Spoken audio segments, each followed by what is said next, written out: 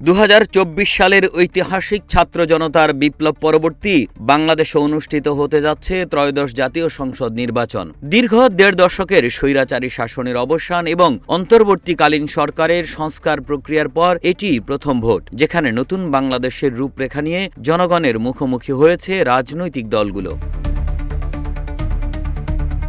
ত্রয়োদশ জাতীয় সংসদ নির্বাচনকে সামনে রেখে জাতির উদ্দেশ্যে ভাষণ দেবেন বিএনপি চেয়ারম্যান তারেক রহমান এবং বাংলাদেশ জামায়াতে ইসলামীর আমির ডাক্তার শফিকুর রহমান।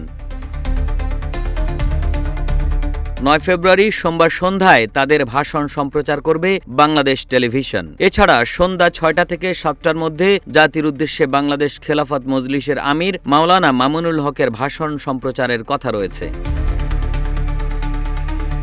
জামাত আমিরের ভাষণ সন্ধ্যা ৬টা থেকে ৭টার মধ্যে এবং বিএনপি চেয়ারম্যানের ভাষণ সন্ধ্যা ৭টা থেকে ৮টার মধ্যে সম্প্রচার করবে বাংলাদেশ টেলিভিশন। এর আগে ৮ ফেব্রুয়ারি বিটিভিতে জাতির উদ্দেশ্যে দেওয়া এনসিপির আহ্বায়ক নাহিদ ইসলাম এবং ইসলামী আন্দোলন বাংলাদেশের আমির ও চরমনাই পীর মুফতি সৈয়দ মোহাম্মদ রেজাউল করিমের ভাষণ সম্প্রচার করা হয়। এদিন সন্ধ্যা ৭টায় নাহিদ ইসলামের ভাষণ সম্প্রচার করে বিটিভি।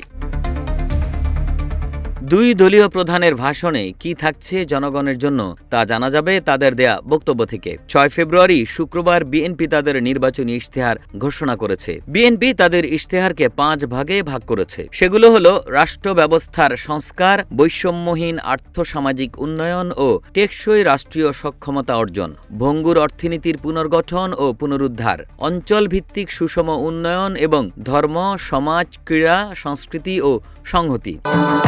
ভবিষ্যৎ হোক নিরাপদ, বিনিয়োগ হোক বিশ্বস্ত, আর আমার পছন্দ সল্ট বে। ওয়েলকাম টু সল্ট বে। বিএনপি মূলত বিগত সময়ে তাদের ঘোষিত ৩১ দফাকেই সামনে আনছে।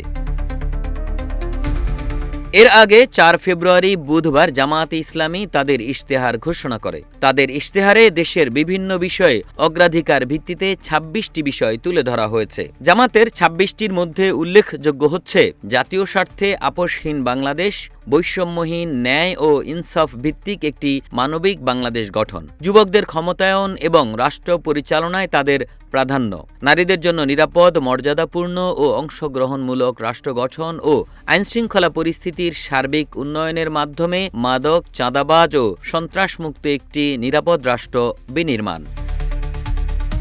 জুলাই পরবর্তী পরিবর্তনের আবহে বড় রাজনৈতিক দলগুলোর ইশতেহার এখন টক অব দ্য কান্ট্রি। সবকিছু ঠিক থাকলে বিএনপি এবং জামাত এই দুই জোটের মধ্য থেকে একটি জোট সরকার গঠন করবে। তবে জনগণের প্রত্যাশা বৈষম্যহীন একটি নিরাপদ বাংলাদেশ। একে আজাদ, রূপালী বাংলাদেশ।